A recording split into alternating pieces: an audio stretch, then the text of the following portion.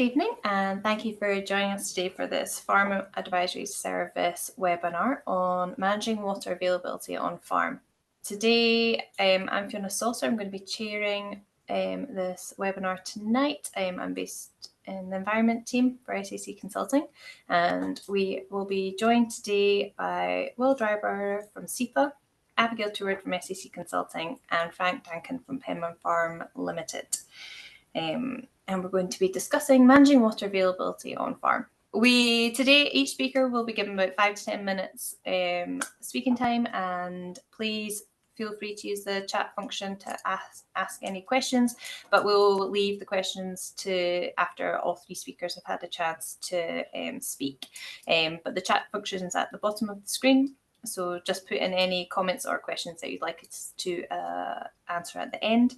If we don't have time to answer all the questions, we will get back to you and we will give you an answer at some point if we don't manage it tonight.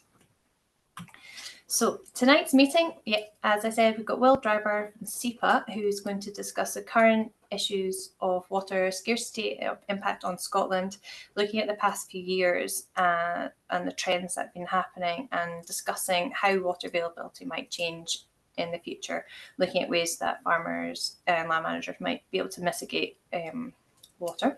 And then we've got Abigail Teward from our English offices in SEC Consulting, who's going to discuss about what farmers can do to help mitigate water scarcity, and looking at work and lessons learned from English farmers.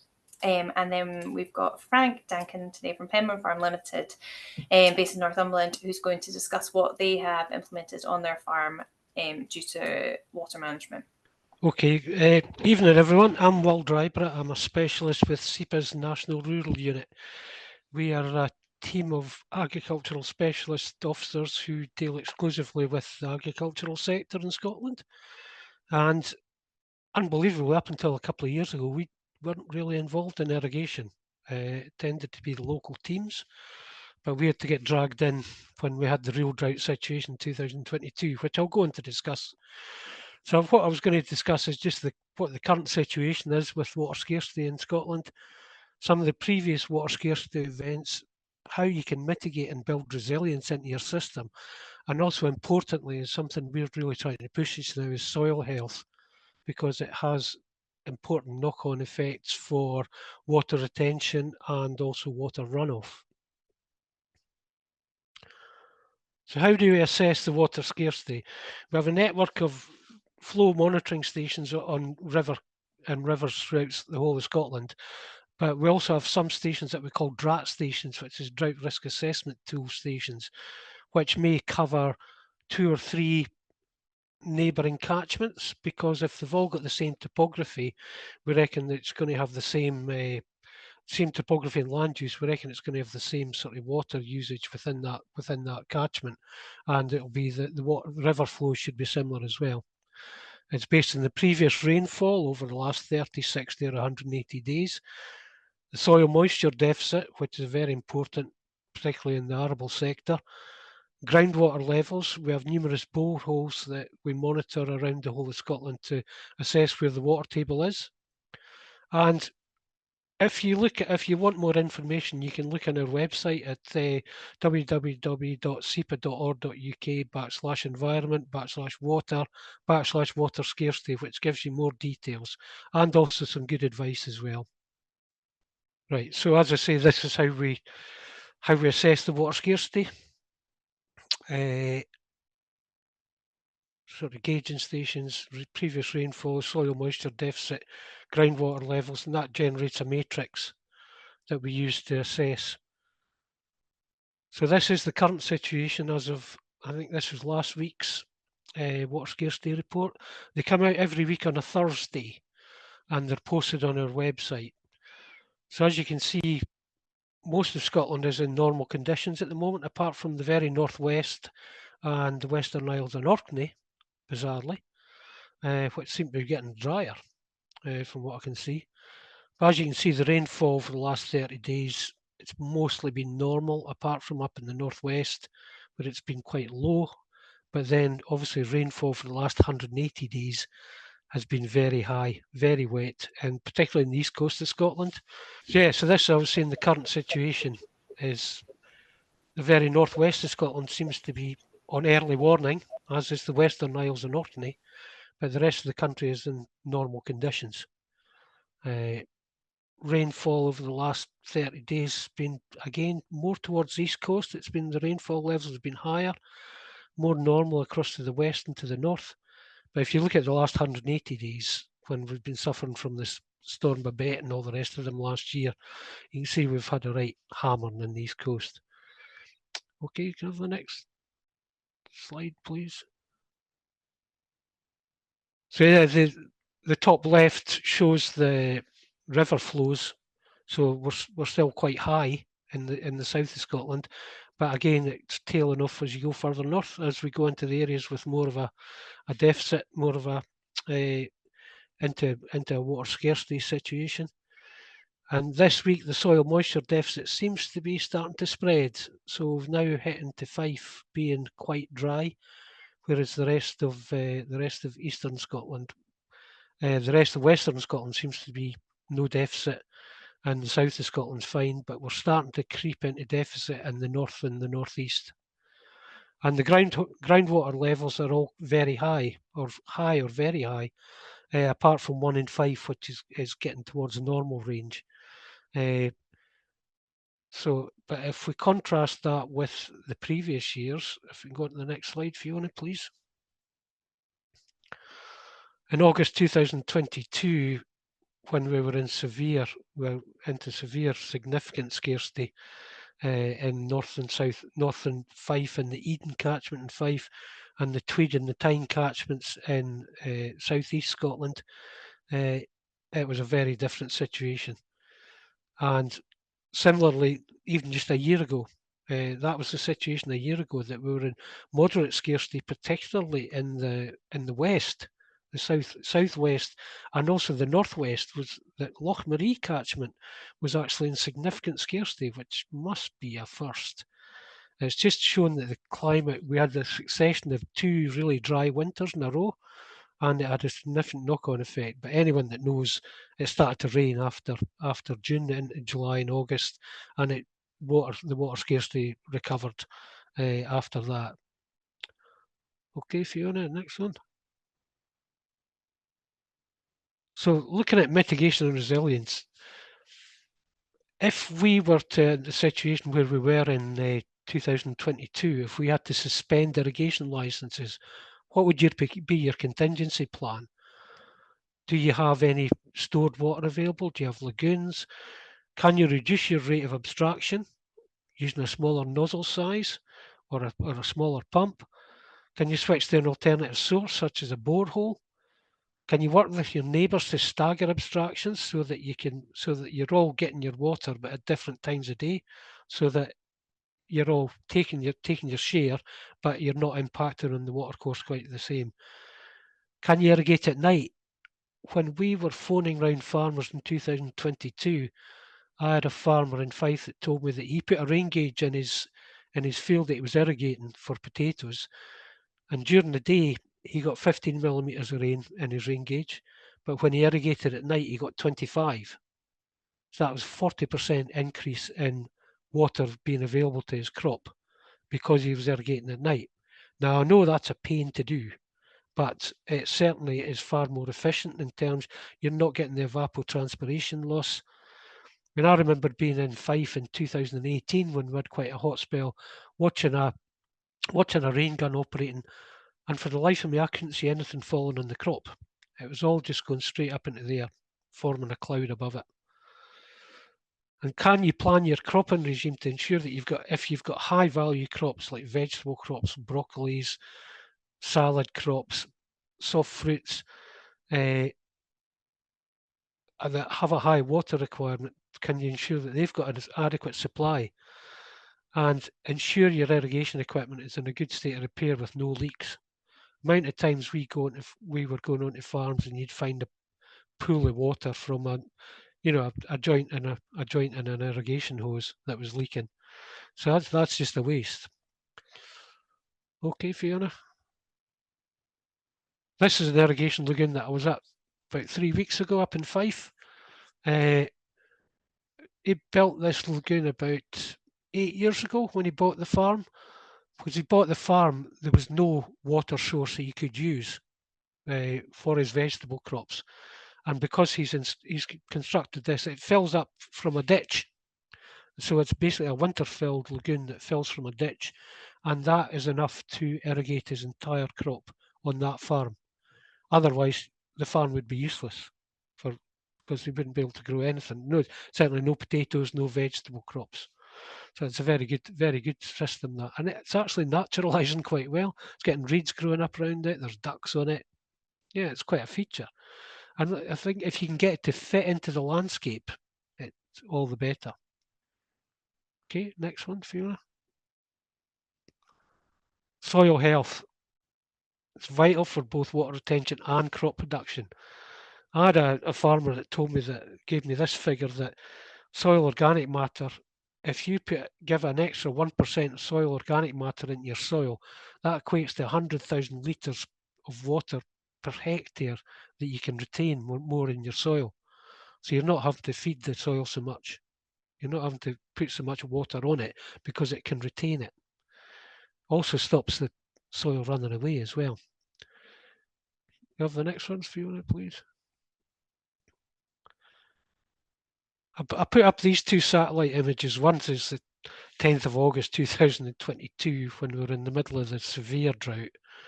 It was round about then that we had the 35 degrees measured at Charter Hall, which is about 5 miles away from where I am just now. But you can see all the areas where it's just burnt up. And this picture on the right is after Storm Babette. You can actually see the storm disappearing off into the North Sea. Look at the plumes of soil. Now, I don't think that it's a huge factor, but I think soil health could be a significant factor in that these areas, is the soil being so overworked, so mineralised that A, it can't retain water during drought periods, and then when we do get heavy rainfall, it just runs away. So it could be I think soil organic matter could be a part of the problem here. But Storm Babette, there would have been hundreds of thousands of tons of soil lost from the east coast of Scotland and England, even more down in England. So it's not doing any good in the North Sea. And I think that's me. Thank you. Great, thank you very much, Will. Abby, I will stop sharing and then you can share your screen if you're happy to do that. Perfect. Yeah. So yes, thank you, Fiona, for inviting me to speak. And as Fiona introduced me, my name's Abigail Teward and I'm a consultant predominantly in the north of England, but we cover all sorts of aspects across the whole of the UK, depending on our specialities. I cover a wide range of topics, both livestock farms and arable farms. So I've tried to cover both of those perspectives in this video. I've tried to speak as many of my farmers as possible over the past few weeks to kind of get the broadest view possible of some of the things I think is really important and the things I've come across. So yep, in England, just as Will's rightly covered, especially East Anglia, I think maybe our water scarcity problems have come a little bit sooner than Scotland's, and it's kind of been in our sights, I would say, at least for the past 10 years, and especially now going forward, the more extreme climatic events that we're seeing, it's become really, really important in our crop production over the past few years. So yeah, I thought this would just be a good introduction to initially kind of give a bit of a background to why I believe, and I have to say SAC, the consultants in England, believe it's such an important tool that we come across daily. So the importance of sustainable water management on farm. First and foremost, I'm a consultant, I'd be silly if I didn't say this, the money saving aspect, if we can utilise our water that is there not only for a sustainability point of view for the environment, but also for money savings on farm, I think that is absolutely key, especially when we're all heading into kind of an unknown in terms of grants and subsidies that we're going to be receiving. If we allow to use our water sustainability, it allows us to budget and mitigate costs a lot easier. Dairy farms, one of their biggest costs on farms at the moment is water, if they're getting it off the grid. Similarly, reservoirs for arable farms in southeast Anglia, just as essential. Increased productivity, this is a big one. I think the world's population is going to double in the next 20 years. To be able to meet those demands and provide the crops that we need to provide, if we can use our water efficiently, this is going to be essential. But also reduce, if we can tighten our belts on, at the moment, the excess irrigation that we are using, it kind of affects all of them points above and improves the bottom line, but also helps our crops. And that's a big one in England as well. Similarly in Scotland as well, I think, though, is the leaching of nitrates and phosphates. It's at the forefront of a lot of our posts from the NFU and the RPA and DEFRA. It's across the whole of the country in no specific areas as well. That's something that we're really going to have to tighten up on in the next few years. And mitigating risks, which I think for a lot of farmers is peace of mind. The climatic extremes that we've been seeing as of recent, this year, it just happened to be we're doing this talk on the wettest year on record, but that's not to say in 3 months' time we're not going to be in a drought. If we can kind of give ourselves that peace of mind, and especially farmers, I think it'll help us, a lot going forward. So I've covered quite general but also quite specific items of practices that I think are going to be really important going forward. One thing that I thought that Will's touched upon as well is regenerative farm practices. I think definitely shouldn't be overlooked. There's also very specific tools that I've mentioned throughout the PowerPoint that some of my farmers have been using and have found really good results from, but also quite holistic views. So water audits and general repairs. I don't come across that many farmers in England that are carrying out water audits, but the ones that are have seen a hell of a lot, like a really big value in them. And the general repairs, I think they're also key, like Will said, not to be overlooked. I've got a statistic later on, and it's about kind of like a leaking ball valve, how much water you can actually be lost on a livestock farm from that, and it's colossal. Regenerative farming practices, soil health. I am a big soil health lover. I think that is essential going forward. I've put 5 bullet points there. The list is endless. And I use the regenerative word loosely because I know people like to use it and some people don't. But I think soil health as a umbrella term is brilliant. Simple things, cover crops, start fertilizers in dry areas to get your roots in the ground, improving organic matter content, I think is essential. Avoiding best soils for runoff. I'll come into that in a little bit more detail. But yeah, so the speech bubble there, just as Will rightly said, this was a Rothamsted research trial that they did a couple of years ago, but in a silty clay loam, every 1% increase in soil organic matter equates to a holding capacity increase of 354,000 litres of soil a hectare, which in my opinion is colossal. If we can, yes, 1% organic matter to get to that point is quite a lot, but it's not unachievable. And a lot of farms have that capacity to improve their organic matter content vastly. And then some more specific terms, so rainwater harvesting, which I think will be really interesting because I know we're going to be coming onto that later on farm.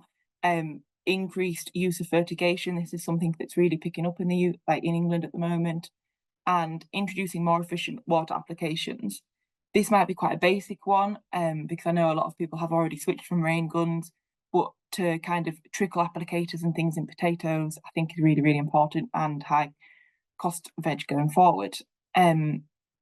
Irrigation systems, again, is a large one in East Anglia down for us. If we can improve the efficiency of them irrigation systems, and at the moment for us in the UK, I won't touch upon it vastly, but we're quite lucky in the fact that we have a lot of grants available, and a lot of these grants kind of cover the improving of these efficiencies of systems.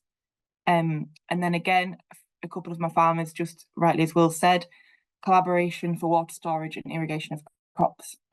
So reservoirs, natural reservoirs, is there any to save moving water around and potential leakages? Can we just mitigate risks and actually look at this as local areas rather than singular farms? I think is really, really important.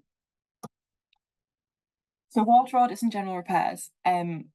So if we have a bit of a discussion at the end, I think this will be really important to talk about. But water audits in England, like I said, aren't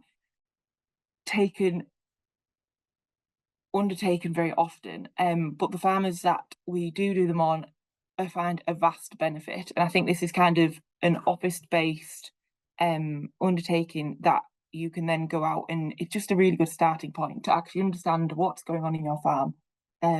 How can we improve? And it just initiates that discussion. So I think this is a really important tool that a lot of farmers are starting to pick up on England. So recording weekly and monthly water use by different production areas, if we can account these to enterprises and then look at the efficiencies within them. I don't know about you guys, but for us, we have FBS and we have averages of water use, like benchmarking tools that we can use across different enterprises in different parts of England. So I think that's really important. We can then, is our beef suckler herd actually as efficient as it should be? If not, why? Can we explain, or can we look into and actually look to save a little bit more? So then we also look at the different options of harvesting and recycling water. The rainwater harvesters are brilliant, and I think I'll come on to them a little bit more again. Available and potential water storage capacity, do we need it? Have we encountered problems in the past 5 years that we've maybe never encountered before? So we need to look to actually initiate some of these storages in place. Types of irrigation systems used, again, just the efficiencies of systems. Are we up to date? Can we afford to put a more efficient system in place? And a consideration of how crop water demand is assessed. And just right, like Will said, timing our applications correctly, like is there times that we can save water or not?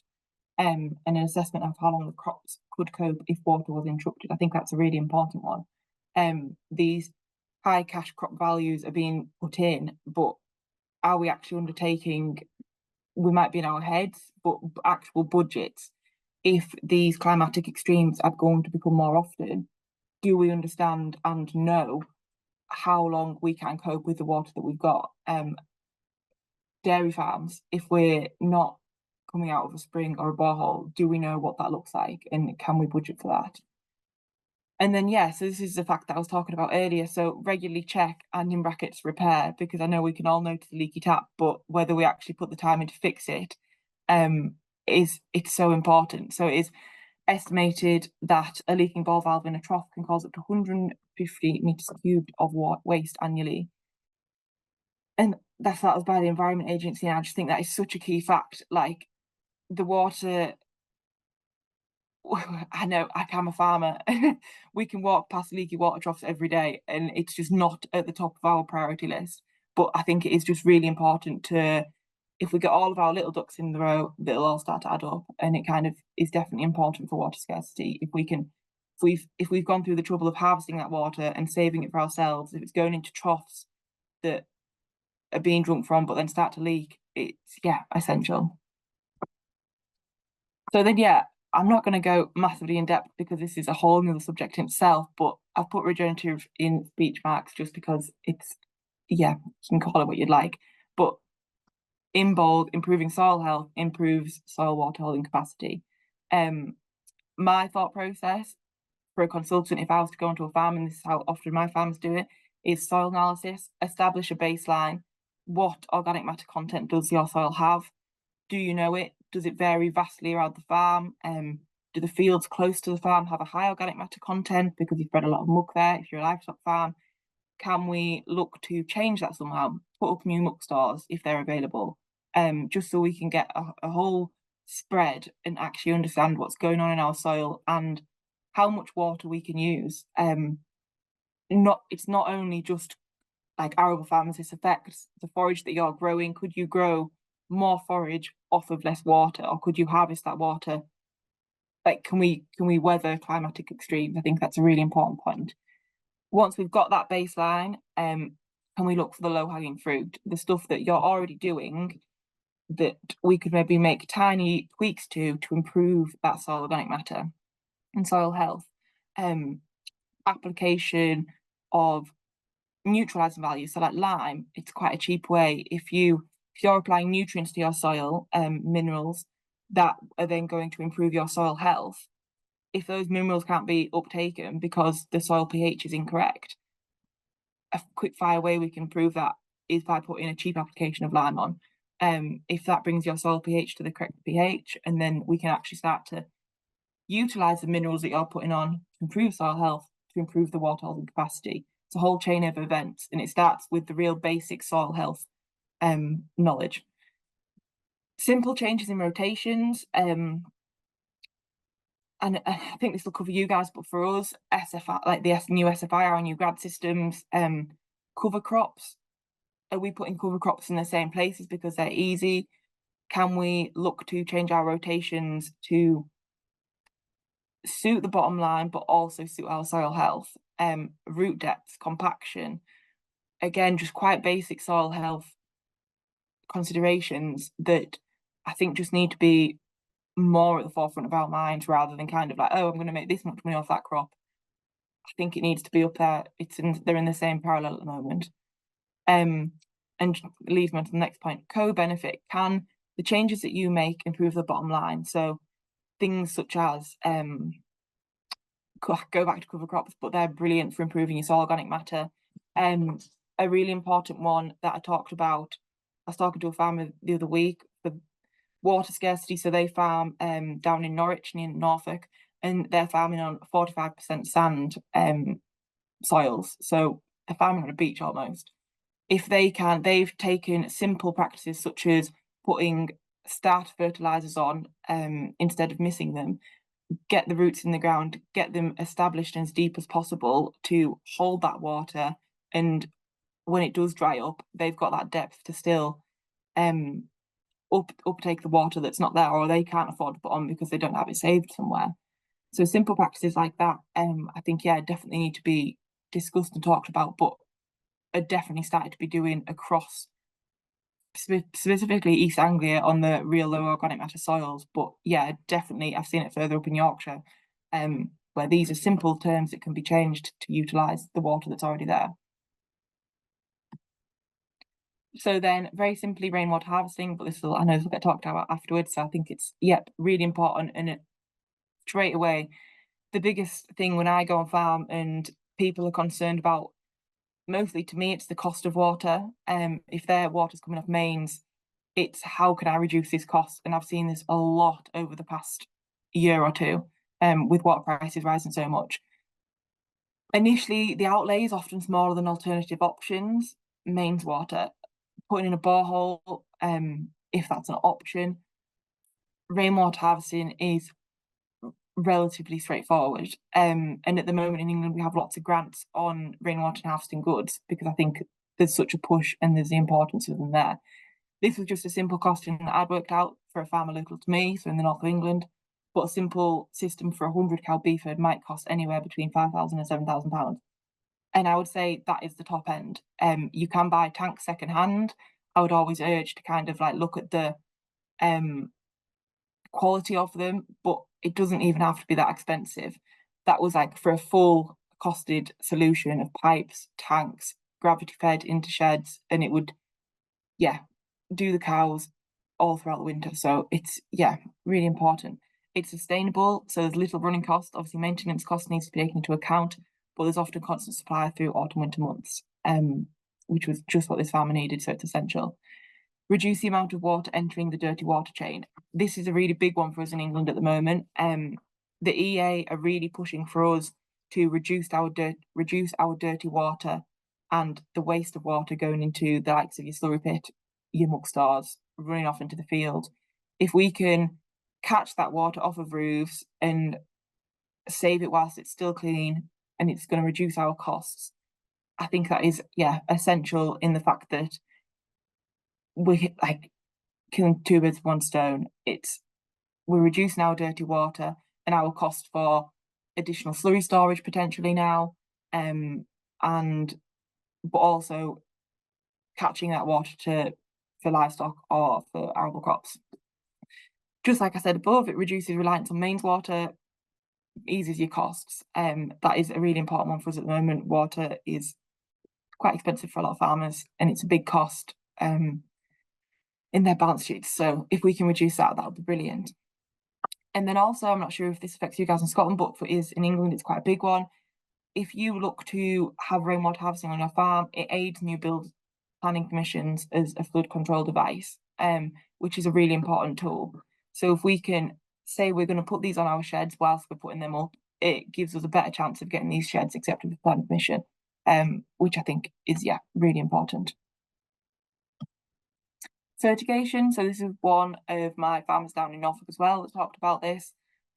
So as you can see there, fertigation is both irrigation of water and fertilizer applied during the same process. So very quickly, the advantage of the fertigation, so reduction and often elimination of mechanical fertilizer application with associated labour savings. It's a really big one for us. We're really struggling with labour in England.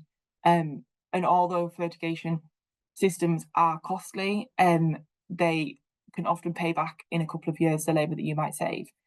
Reduce total irrigation volumes is what it says on the tin. We are reducing the amount of water we are simply putting on our crops, which in a time when we are experiencing often water scarcity problems is really, really important. For automation of both irrigation and nutrient application, so it again takes away from your labour savings, but also the control for more precise applications. Again, says what it does on the tin, it saves us money, it saves us time. All positives. Ability to match nutrient supply to crop growth, which again, really important as we look at saving efficiencies on farm. There is a few negatives, I think, that they've found. The farmer that I've spoken to that's got fertigation systems in place was they actually grow salad plugs, but they can, if the fertigation systems are outside, you run the risk of not being able to apply your nutrients on top of already quite infused crops with water. If the crops are already wet, you run the risk of you're limiting your nutrient application times. And they can also potentially grow like a green, it's not an algae, but like a green mat over the top of your crops if they are just seedlings. So yeah, brilliant if it works, and if you are into kind of like high value crops, I think fertigation is definitely going to be the way going forward. Again, it's something in England that we're getting grant funded for at the moment, so something to definitely bear in mind. Drip irrigation and sprinkler systems. So drip irrigation is costly but can be highly effective. We see this quite regularly in some of our high value crops. So as it says, what it does not attain, applying water uniformly across large areas. It does need careful management, but if you can use one line or less per row on a veg crop, then you can see your irrigation efficiency savings of up to 32%. That then has a knock-on effect of your water reservoirs. You don't need that water if you can use them savings on efficiently applying it. In my opinion, I think they are worth their weight in gold. I think if you can afford the initial outlay of a drip irrigation cost, yeah, they're definitely there, and they're going to really be helpful to us going forward for water scarcity in the next few years. Sprinkler system, very similar. So they again reduce labour requirements, which is really important, but offer that uniformity in application that we need and the potential to apply it in small doses. Again, saving simply just on the water volume that we're using on farms. Yeah, both really good systems. High capital outlays, which I understand is not important, but I think we're kind of heading towards a time where these decisions are going to have to be made. It's either are we going to grow these crops or we're going to have to implement these systems. They save us a lot of money and time over the next few years. Very quickly, conclusions. In my eyes, if you take water scarcity seriously, I think we're all going to have to in the future. Like I keep saying throughout the presentation, we are seeing more and more climatic extremes. And from my point of view as a consultant and a farmer, improve business and efficiencies. We can save money. They're going to co-benefit us. They're not only going to help us save water, make our systems more efficient, they are going to save us money. It equals the same thing in my eyes. One thing I think that is also the next thing that I also think is really important though is creating a resilient water supply in a time when we have a lot of other stresses that we can't control. This is something as farmers and producers and growers that we can't And if we can go to sleep at night knowing that the water that we need for whatever we're growing, whether that be livestock or crops, is there, and we have so much of a buffer zone, I think that is going to be essential going forward, and it really, really, saves a lot of thinking time. To get it right, putting efficient water systems in place definitely takes some time and consideration, but I think that's worth it for knowing that you're potentially saving yourself money, and also you have that buffer zone for these climatic extremes that we're no doubt going to see more and more of. So yeah, that was a really quick run through, Fiona, but that's kind of what I'd come up with, and the farmers that I've spoken to have come back to me for. Great, thank you very much, Abigail. Really interesting. Frank, I will share my screen again. And hello, my name's Frank Dakin. I'm a arable farmer in the north of England, quite close to the Scottish border at Berwick. Here we farm about 1,600 hectares of arable crops. And Fiona asked me to talk about a couple of things: the rainwater harvesting systems that we've put up, and then a bit about our potato operation. So through the catchment sensitive farming grants and also the mid-tier countryside stewardship, we put up quite a lot of rainwater catchment tanks. Largely, I would say we've done the work ourselves, and I would say probably the grant has covered about 90% of the cost. So it's quite a good grant. We tend to go for 10,000 litre tanks that you can see in the right-hand photo, in nests of 5 or 6 usually, and there are some first flush filters, which I'll show you some more photos later. But the photo on the left is something else that we've done through catchment sensitive farming support. What you see there is a biobed tower. So any spillages off the concrete floor go into an underground sump and then through that series of biobeds that contain straw and soil and peat. Also the roof over of the sprayer fill area and the slightly angled and bunded concrete floor was also supported by catchment sensitive farming. Can we go on to the next slide, Fiona? Yeah. Oh, so more rainwater catchment tanks. Could we go on to the next slide now? Yeah. Here you see another system at one of our other farms, again catching water off the roof. And the photograph on the right shows the first flush filter system, which is very simple, and makes sure that the small debris goes down the drain, and then the majority of the water is caught in the tanks. One of the big advantages of this system, we're using these tanks at every location for sprayer fill. We're on 3-inch offtakes on each of the tanks, but we're seeing notably that the water quality for spraying is significantly better than mains water. It's a sort of neutral pH, whereas mains with us is quite alkaline. Can we go on to the next photo, please? Oh yeah, so I'll now talk briefly about our operation. We grow and we have an Environment Agency license of 75,000 cubic meters per year, which ends in 2027. So we end, we will be trying to focus on renewing that. So on the left, you see the River Till, which is a tributary of the Tweed. And for many years, because it was a tributary of a Scottish river, it was not under the control of the Environment Agency. So we had free irrigation out of the river. The last few years, the Environment Agency has taken over the administration of the river.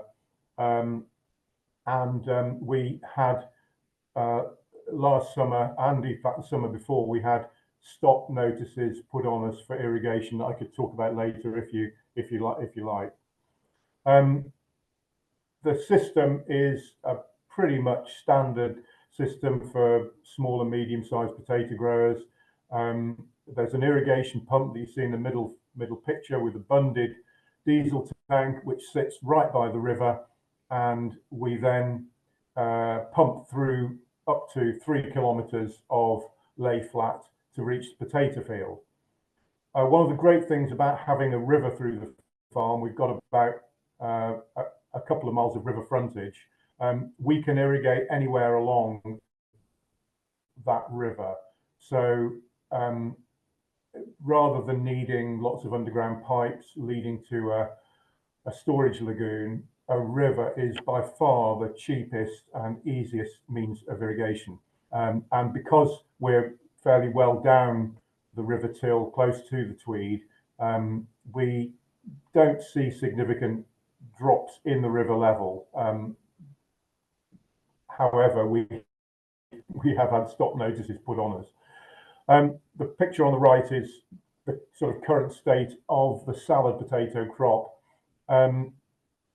We do irrigate to bulk up yield, but the most important point of irrigation for us is as a biological control to control common scab, and we'll be irrigating with sort of 25 mil, probably in about 2 to 3 weeks' time, looking at that crop.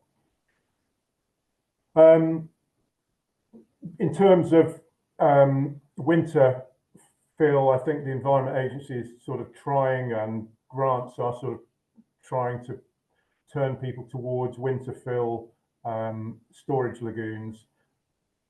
I mean, even with significant grant funding, we would resist that, I think, both on the sort of cost of construction, the difficulty in transporting water around the farm, and also the loss of land cost. 10 or 15,000 pounds an acre. A storage lagoon can take 5 or 6 acres and have to be in several locations. So that's really why we would try to resist that. Well, I've very nearly finished. It was just to say that we are in the early stages of forming an abstraction group, the River Till Abstractors. And, we have had quite a bit of support from the Environment Agency, support and encouragement. It's exactly what Will was saying. We are trying to manage the abstraction along the length of the river. And that's all I've got to say. Thank you, Fiona. Thank you very much, Frank. And thank you very much for Abigail, Frank and Will for speaking today. We are now going to have a Q&A. So if anybody has any questions that they would like answered about any of the topics today, just click on the Q&A button and we can answer those questions. I thought that was really interesting. Well, I thought it was very fascinating, highlighting the geographic spread of how water scarcity is throughout Scotland, and the fact that it's not just been in Fife, like it's affecting all over the country. How have you found, I don't know if this is putting you on the spot, like dealing with the geographic spread and how people can keep up with the changes happening to water availability on farm? Or do you think it's still, we're just trying to adapt and mitigate as much as we can? But do you think that potentially the mindset is changing? And I think certainly the last 2 years, not particularly this year, but the last 2 years has sharpened the focus of a lot of people in thinking that we've really got to try and do something about this. The climate is changing, there's no doubt about it. When you're getting 7 inches of rain in a day, as happened in Storm Babette up in the Angus Glens, I mean that didn't used to happen. And also getting 35 degrees. Charter Hall, not far away from here. That didn't Yeah. used to happen. You know, so climate change is here, and people are starting to notice it. And even when I've been out and about talking with like old farmers who are in their 80s, even they're starting to accept, yes, it's definitely a change. There's a change happening. Yeah, but Interesting. it's also we can't really predict where it's going to be happening. It's Mhm. like last year, Loch Maree. You know, it's one of the wettest parts of Scotland. It's on the Atlantic coast, and that was in water scarcity. The southwest, Dumfries and Galloway were very dry last year, around about June time. Yeah. You just can't predict it. But whereas you kind of expect it in the east coast because you're technically in the rain shadow of the southern uplands or the Grampians, but yeah, where it's been happening, it's surprised us. Abby, I'm going to come to you for a question. Somebody's asked about have people had any example of UV filters to make collecting rainwater safe for livestock to drink? You were mentioning about livestock and using. Yeah, so I've read that question, Fiona. So it depends. It just completely depends. Test the rainwater.